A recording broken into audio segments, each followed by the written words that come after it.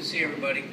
Let me just start off by saying, ever since I got the job, I really wanted to represent this university in a class fashion, and I wanted this town to be excited about the way we play. You know, a team that fights like they fight in this community, and we asked for the crowd to be the 12th man today, and they were great. We had a huge showing today, and I was so proud to run through that tunnel and see our fans, our community, our students out there representing us and wanting us to be what we want to be. To be honest with you, I think the fans did a better job than we did today, Floyd. You know what I mean? And we owe them more, and we're going to give them more. And I just want to make sure everyone understands that I'm so happy and proud of this community. And we need to do a better job. We played a hell of a football team, a great coach, great coaching staff, and we just weren't good enough today. Gave them too many plays. The other thing is, football's an emotional sport. Anybody that knows me, I'm extremely emotional, sometimes over the top. And you know, I've said a few things out there today that I feel bad about. I really do. In the heat of the moment, they're the same things I said on the basketball court or the football field when I was a kid playing. But I'm an adult now, and I need to constrain myself a little bit better.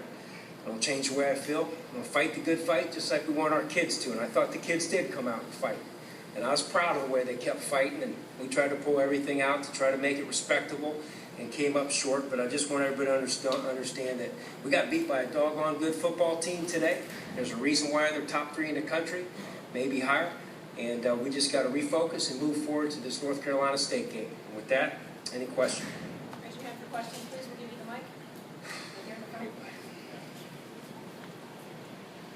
Scott, obviously the running game that you had today with Prince Tyson Gully, Jerome Smith, what they were able to do, you take positives from every negative that you have. What can you say about the rushing attack that you had? Yeah, I thought there were some good things. You know, I think we had too many negative plays, obviously, against a really good front four. Boy, those were good-looking kids over there. They've done a nice job recruiting.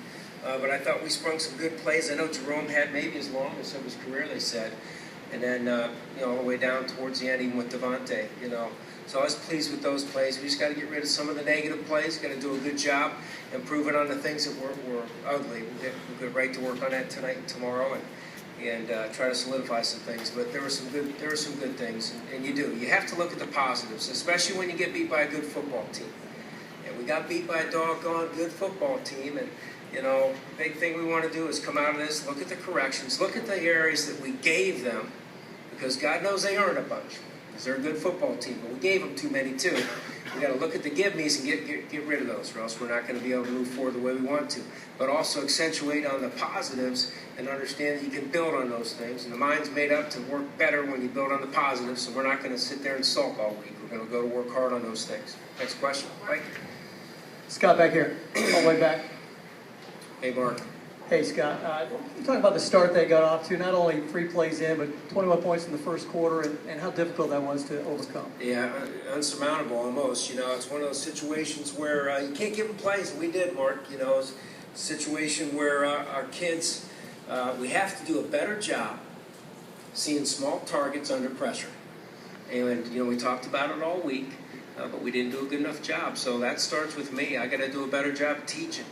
Teaching the kids to see things with the speed of the game.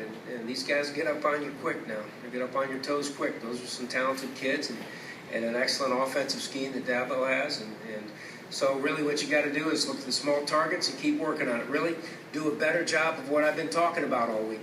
Be honest with you, Mark. Nico. Coach back here. Hey, Nico. Hey, Coach. You know, how proud are you guys that, you know, you come out of the second, if you're down 35-7 at halftime, they just marched down there, scored a touchdown, and it made things interesting there. They really just kept fighting there. Yeah, not quite interesting enough, but I was proud of them. You know, we kept fighting. You know, we got knocked down, got kicked around a little bit, and, you know, characters revealed, you know, when things are down. You know, what we said at halftime is, I said it's opposite day. Every thought in your mind of where you want to go, we're not going. It's opposite day. And we're going to go out there and fight our butts off. I said the crowd deserves it. They showed up today. We didn't show up in the first half. Let's give them a reason to stick around and go play our ass off. And I was proud of the fact that they did that. And, you know, we tried to pull every wrinkle out of the book that we could to try to make it exciting and try to get back in this thing. And for a minute there, I thought we had a shot. You know, that momentum thing felt like it was going. And if we could have made one more play, you know, that went over on their sideline, or if we could have got something there. anyway. I was real proud of them. They kept fighting. I love our players. I love our student athletes. Scott, you mentioned Dabo's offensive scheme and how successful it is for them. Is it almost a perfect marriage between scheme and quarterback with what Taj Boyd can do? Yeah, it is. It really is. He's a very talented player. He makes plays with his feet as well as his arm. He's perfect in that offense, and they do a great job scheming you. They did a nice job. They made a couple nice wrinkle adjustments on how they ran the power, and they looped it back a different way than we were prepared for, back to the shade and the five, or talking football, but back to the weak side, and they beat us. They beat us on some plays, coaching-wise, and he's a heck of a football coach. He's an offensive coordinator. Coach, in the second half, you guys played much better defensively. What type of adjustments did you guys make to try to slow them down because it looked like it worked? Yeah, not so many adjustments, just seeing things better, playing the way we should have played in the first half, to be quite honest with you. A couple little adjustments. We still got beat on one of them. We made an adjustment, still got beat, so hats off to them for being a good football team, too.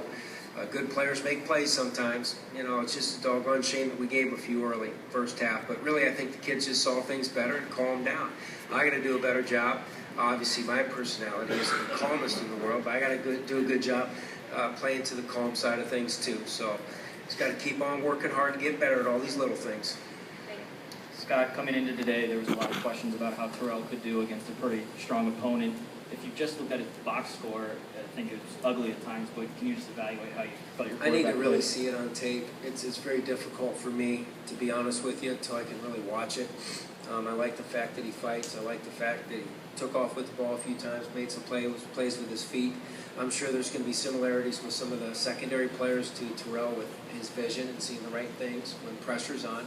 So it's a great learning opportunity for all of our players to really focus in on learning how to see the game better as they grow as young players, including Terrell.